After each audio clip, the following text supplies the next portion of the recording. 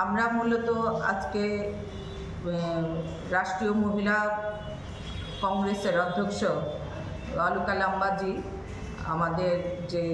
সেনা অধিকারী তথা colonel Sophia কুরেশিকে নিয়ে যে আপত্তিজনক এবং কুরুচিকর মন্তব্য মধ্যপ্রদেশের মন্ত্রী বিজয় শাহ করেছেন, তার বিরুদ্ধে আমরা গত 14 তারিখ আমরা প্রতিবাদ স্বরূপ ওনার কুশপুত্তলিকা দাহ করেছি। কিন্তু সারা দেশের সঙ্গে ত্রিপুরা প্রদেশ মহিলা কংগ্রেসও এই প্রতিবাদে সামিল হয়েছিল। কিন্তু তথাপি আমাদের যে মধ্যপ্রদেশের মন্ত্রী বিজয় শাহকে বিজেপি তাদের মন্ত্রিসভা থেকে এখনও বহিষ্কার করেনি, এবং যে সেনাবাহিনী আমাদের দেশের মানুষকে রক্ষার জন্য তাদের